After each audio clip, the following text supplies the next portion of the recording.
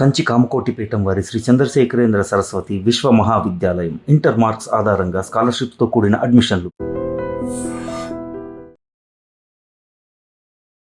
ఇప్పుడు 4 రాష్ట్రాలు ఒక యూనియన్ టెరిటరీ రిజల్ట్స్ చూసిన తర్వాత ఆ బూస్ట్ అనేది మీకు వచ్చింది అనిపించిందా? ఈవెన్ ఇఫ్ మోదీ మాట్లాడి అప్రిషియేట్ చాలా బూస్ట్ వచ్చింది.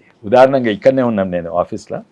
ఇక్కడ మేము ఫ్లెక్సీ, మేమంటే నేను కాదు, ఎవరో ఫ్లెక్సీ పెట్టింది, మోడీ గారు ఫలానా తారీఖు వస్తుండ్రు, పరేడ్ గ్రౌండ్స్ 10th వస్తుందంటే చింపేసిండ్రు. చింపేస్తే మా బాధ కావాలి కదా. నాకు యాక్చువల్లీ ఆనందం అయిపోయింది. అంటే వాళ్ళకి భయం చుట్టుకున్నది, భయం మొదలైంది. ఇక్కడనే కాదు, నార్సింగ్ ఇక్కడక్కడ మేము ఫ్లెక్సీలు పెడితే చింపేస్తున్నాం. అది టీఆర్ఎస్ పార్టీకి ఉంటుంది, కాంగ్రెస్ పార్టీకి. టీఆర్ఎస్ పార్టీ బాగా చేసింది అప్పుడు, మోడీ వచ్చినప్పుడు అన్నీ బంద్ చేసింది, చింపేసింది. కాంగ్రెస్ పార్టీలు ఉన్నది, ఈసారి కాంగ్రెస్ పార్టీ వాళ్ళు కూడా చింపేసిందంటే వాళ్ళకి నిజమైన భయం మొదలైంది. ఇంకోటి, మొన్న రిజల్ట్స్ చూస్తే అది ఇప్పుడు ఇక్కడ తమిళనాడు రిజల్ట్స్ చూస్తే అది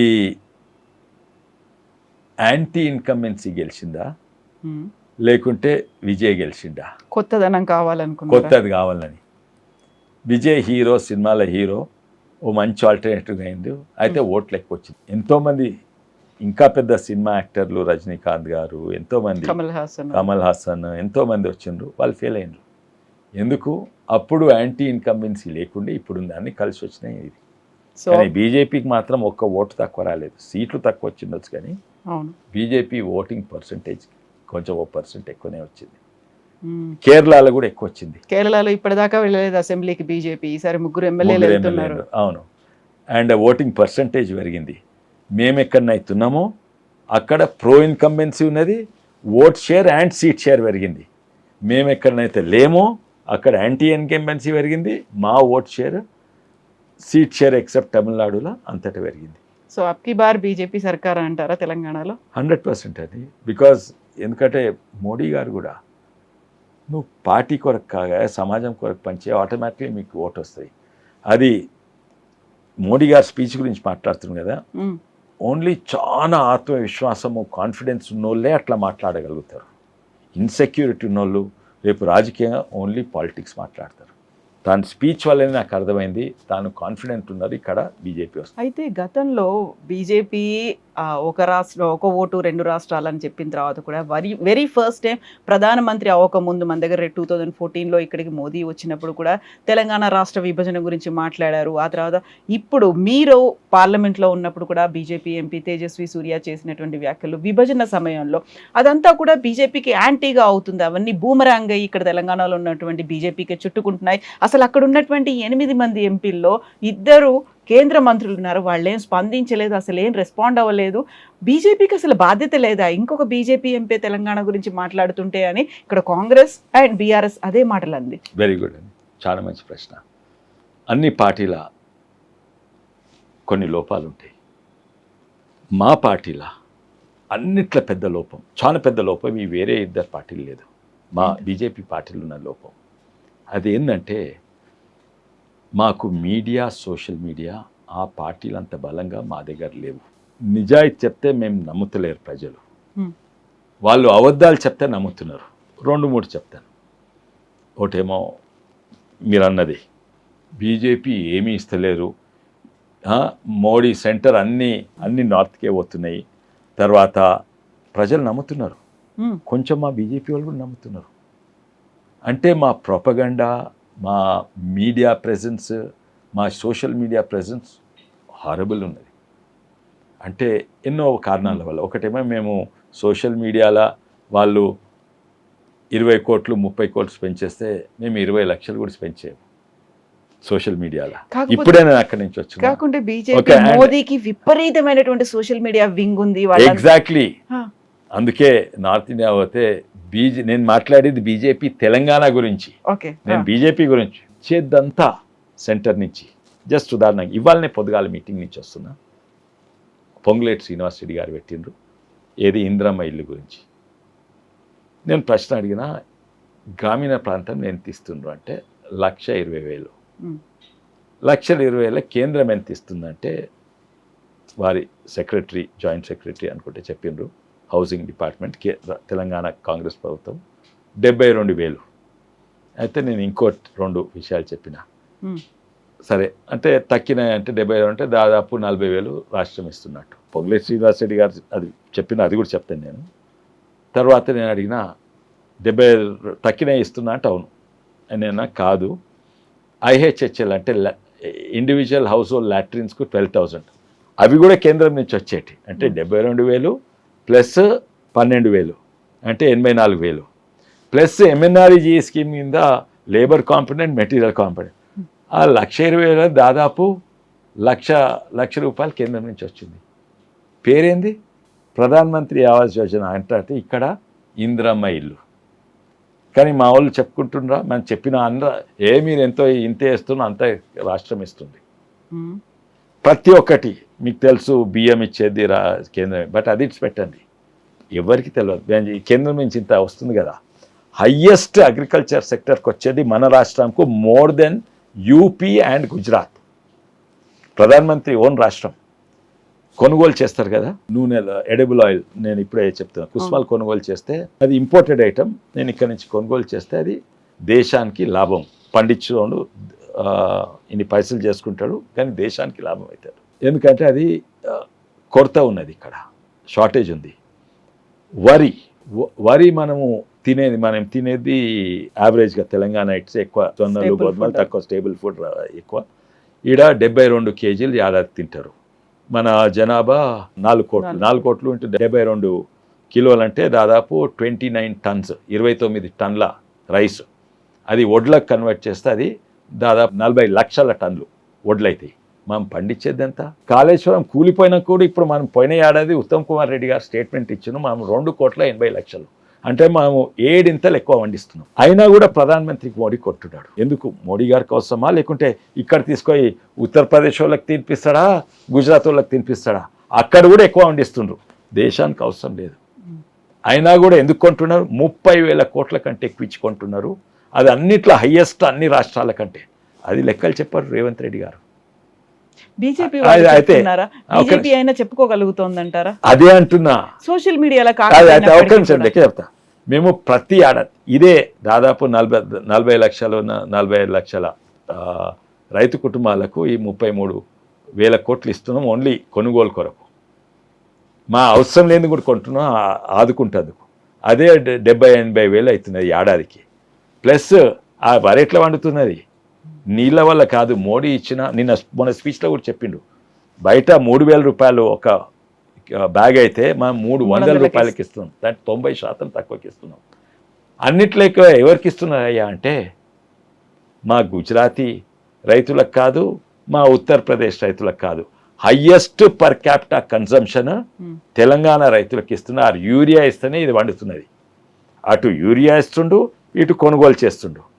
ఈ 2 కలిసే దాదాపు 90,000, 95,000, అది కాక 6,000. అయితే ప్రతి ఏడాది 1,20,000 యావరేజ్ తెలంగాణ రైతు కుటుంబానికి మోడీ వల్ల వస్తున్నది. కానీ ప్రెస్ ఏమంటది, మీడియా ఏమంటది, సోషల్ మీడియా ఏమంటది? ఏమీ ఇస్తలేదు. అంత బీజేపీ రాష్ట్రం కంటే ఎక్కువ ఇస్తుంది. ఇక్కడ ఏ ఎకానమిస్ట్ కూడా సంఖ్యలో ఈ 33,000 యాడ్ చేయడు. అదే అంటున్నా. మళ్ళీ మీరు ఇప్పుడు అడుగుతుంది కదా, మళ్ళీ చెప్పుకోలేదు.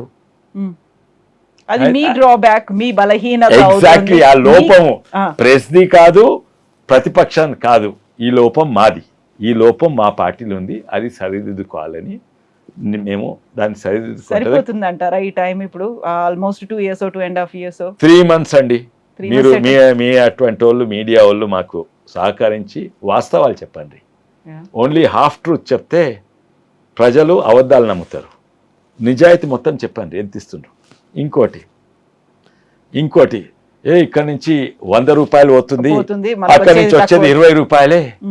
మోడీ కాదమ్మా. ఇందిరాగాంధీ గారు ఉన్నప్పుడు కూడా, ఇందిరాగాంధీ 3-4 ఉంటాయి. ఒకటేమో డెవల్యూషన్ టు స్టేట్స్, అంటే ఇక్కడ అంటే ఎక్సైజ్ డ్యూటీ కాక ట్యాక్స్ అన్ని కడతారు కదా. Excise duty, registration fee direct ఇక్కడనే ఉంటాయి. 1 పైసా అక్కడ పోదు. నంబర్ 1. అక్కడ పోయేది ఏంది? GST పోతుంది. ఆ GST 100 రూపాయలు పోతే ఇంతకుముందు సేల్స్ ట్యాక్స్ ఉండేది. ఆ సేల్స్ ట్యాక్స్ ఉన్నప్పుడు కాంగ్రెస్ ప్రభుత్వము మన్మోహన్ సింగ్ ఇందిరాగాంధీ వాళ్ళు కూడా జిఎస్టీ ఎన్నోసార్లు ప్రయత్నం చేసి కాలేదు. ఎంత పోతుండే అంటే ఇక్కడ నుంచి 100 రూపాయలు పోతే అక్కడి నుంచి 32 రూపాయలు వచ్చేది, 30 రూపాయలు అనుకోండి. ఇప్పుడు 2014 తర్వాత మోడీ వచ్చినాక ఇక్కడి నుంచి 100 రూపాయలు పోతే 40 రూపాయలు వస్తున్నాయి. అంటే 33% పెరిగింది. నంబర్ 1. మళ్ళీ 60 రూపాయలు మోడీకి ఎందుకు? ఎందుకంటే దేశాన్ని బాగా చేస్తేందుకు. అందులో తెలంగాణ కూడా ఓ భాగము. ఈడ తెలంగాణ 60 ఏండ్ల నుంచి వచ్చిన హైవేలు ఈ 10 ఏండ్లనే వచ్చినాయి. మోడీ గారు దాని గురించి వేరే మీటింగ్లో నేను ఉంటే ఆ డాష్ మీద ఉంటుంది. రేవంత్ రెడ్డి గారు అన్నారు, మీరు మన్మోహన్ సింగ్ గారు వచ్చినప్పుడు మీరు ముఖ్యమంత్రి గారు ఉంటుంది, అప్పుడు మీ మన్మోహన్ సింగ్ ఇచ్చిన నిధులతోటి మీరు గుజరాత్ బాగా చేసుకున్నారు. అట్లనే మీరు కూడా ఇప్పుడు మీరు సెంటర్లో ఉండరు, నేను ఇక్కడున్నా, మన్మోహన్ సింగ్ మీకేదైతే ఇచ్చిండో అదే నాకు గుడి, తెలంగాణకు గుడి, నాకంటే తెలంగాణకి అన్నారు. అయితే మోడీ గారు ఏమన్నారు తెలుసా? మన్మోహన్ సింగ్ ఇచ్చింది నాకు ఇచ్చింది అదే నేను నీకు ఇస్తే ఇప్పటికంటే సగం వస్తాయి. అది వాస్తవాలు. కానీ జోడో అన్నారు, అంటే ముత్సేహి జోడో ఆప్ అన్నారు. దాని గురించి మాట్లాడతా. కానీ తెలంగాణ ప్రజలు ఎవరు నమ్ముతుండ్రు? మోడీ గారిని కాదు, రేవంత్ రెడ్డి గారిని నమ్ముతున్నారు. ఆ లోపము మాదా? కరెక్ట్, ఆ లోపం మాది. అందుకే నేను ఇంకోటి అంటారు, మీ దగ్గర యూనిటీ లేదు. వాస్తవంగా మా దగ్గర ఉన్నంత యూనిటీ వేరే పార్టీలు ఉండరు. రేవంత్ రెడ్డి గారికి ఎంతో మందితోటి భేదాలు ఉంటాయి, రాజకీయ భేదాలు ఉంటాయి ఎంతోటి. ఉత్తమ్ కుమార్ రెడ్డి గారికి కోమటిరెడ్డిలతో భేదం ఉంటుంది. వీళ్ళిద్దరికీ బట్టి విక్రమార్కతోటో మధు యాస్కితోటో భేదాలు ఉంటాయి. అక్కడ ఉన్నని భేదాలు ఇక్కడ ఉండేవి. అయినా కూడా బీజేపీలు ఉన్నది మొత్తం రాష్ట్రం అదే నమ్ముతుంది. అది ఎందుకు? ఇది మా లోపం, మా ప్రొజెక్షన్ లేదు, మాది అయితే లేదు. వాస్తవము ఇవాళ రేపు పేడ్ మీడియా ఎక్కున్నది, కానీ అది లేకున్నా కూడా లోపం అయితే మాదే. అయితే దాన్ని కరెక్ట్ సరిదిద్దుకుంటాము. అండ్ 3 నెలలు 6 నెలలు కావాలి, అంత లోపల సరిదిద్దుకుంటాము. ఇప్పుడు వేవ్ మా దిక్కున్నది, అది కూడా మాకు లాభం అవుతుంది. అండ్ తప్పనిసరి మేము ఈ సరిదిద్దుకునే అవసరం ఉంది. ముత్సేహి జోడో ఆప్ అన్నారు రేవంత్ రెడ్డిని. రేవంత్ రెడ్డి కలిసిపోతారా, ఏమవుతుంది, ఆ మాట ఎందుకు అన్నారు అనేది ఉంది కదా. అవును, చాలా అంటే అని ఎన్నో తీర్ల చూడవచ్చు రాజకీయంగా. ఇంకోటి నవ్వుకుంటున్నారు, ఇద్దరు నవ్వేండ్రు చూడ. అది కూడా నిజంగానే ముత్సేహి మాడమని పబ్లిక్ ముంగ చెప్తారా? అది రేవంత్ రెడ్డిని ఏదో గుసగుస మాట్లాడతారు సీక్రెట్ మీటింగ్లలో. అంటే నేషన్ ఫస్ట్ అంటే అన్ని రాష్ట్రాల అభివృద్ధి అయితే అది కూడా చెప్పింది మోడీ. అండ్ ఇప్పుడు కాదు, మేము టీఆర్ఎస్ ఉన్నప్పుడు కూడా చెప్పిండ్రు. ఈటల రాజేందర్ గారిని అడగండి, తను ఫైనాన్స్ మినిస్టర్ ఉండే. రాష్ట్రాల అభివృద్ధి అవుతుంది అని. అందుకే ఇప్పుడు రైల్వేస్ అయినా, మన్మోహన్ సింగ్ ఇచ్చిన రైల్వేస్ ఇప్పటి వరకు అయితే రైల్వేస్ ఇట్లా ఉండకుండే. మన్మోహన్ సింగ్ ఇచ్చిన హైవేస్ ఇక్కడ వరకు అయితే 2 హైవేస్, ఇప్పుడు 13 హైవేలు అయినాయి మన్మోహన్ సింగ్ ఇచ్చింది ఇక్కడికి ఇస్తే. సో అన్నిట్లో ఎక్కువ ఇదే ఇస్తున్నారు. కానీ ప్రజలు నమ్మేది రేవంత్ రెడ్డి గారు గాడిది గుడ్డే చేసిండ్రు. వీళ్ళు తెలిసి తెలియని మాజీ ముఖ్యమంత్రి కుమారుడు ఏదో స్టేట్మెంట్ ఇస్తాడు, ఆయనకు సోషల్ మీడియా ఆర్మీ ఉంటుంది, వాళ్ళు చేస్తారు. అయితే ప్రజలు నమ్మేది అది. నిజం ఏమవుతుందో అది నమ్ముతలేరు. అది మేము డేటా పెట్టగలుగుతలేము. నేను అది చూపెడతాను, కావాల్సిన తర్వాత మీకు ఇస్తాను ఆ యూరియా డేటా.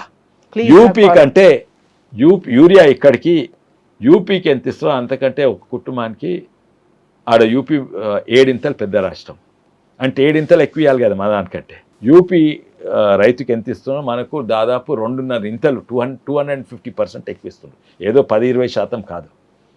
అండ్ ఇవన్నీ లెక్కలు పెడతలేరు. అయితే కేంద్రానికి పోయినా ఒకటేమో డెవల్యూషన్ ఉంటుంది, అది కాక సెంట్రల్ ప్రాజెక్ట్స్, ఇప్పుడు ఇన్ఫ్రాస్ట్రక్చర్ ప్రాజెక్ట్స్, అవి కాక స్పెషల్ స్కీమ్స్ ఉంటాయి. ఈ అన్ని కలిపి చూడండి. వాస్తవం అయినా కూడా కొన్ని రాష్ట్రాలకు ఎక్కువ ఇవ్వాల్సి వస్తుంది. ఎందుకు? అవి మోడీ చేతులు ఉండదు. అది ఫైనాన్స్ కమిషన్, మోడీ పంపిస్తలేడు.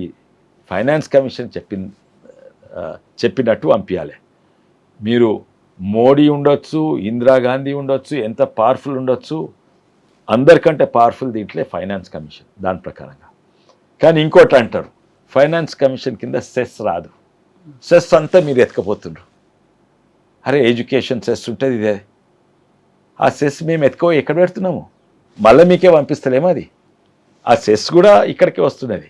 అయితే సెస్ బఫర్ ఉంటుంది, మా కేంద్ర ప్రభుత్వంకు ఆర్థిక నిర్మలా సీతారామన్ గారికి ఎక్కడన్నా తక్కువ పడితే సెస్ ఎక్కువ చేసి అందులో ఖర్చు పెట్టే ఎడ్యుకేషన్లో ఎన్నో ఖర్చు పెట్టేస్తుంది.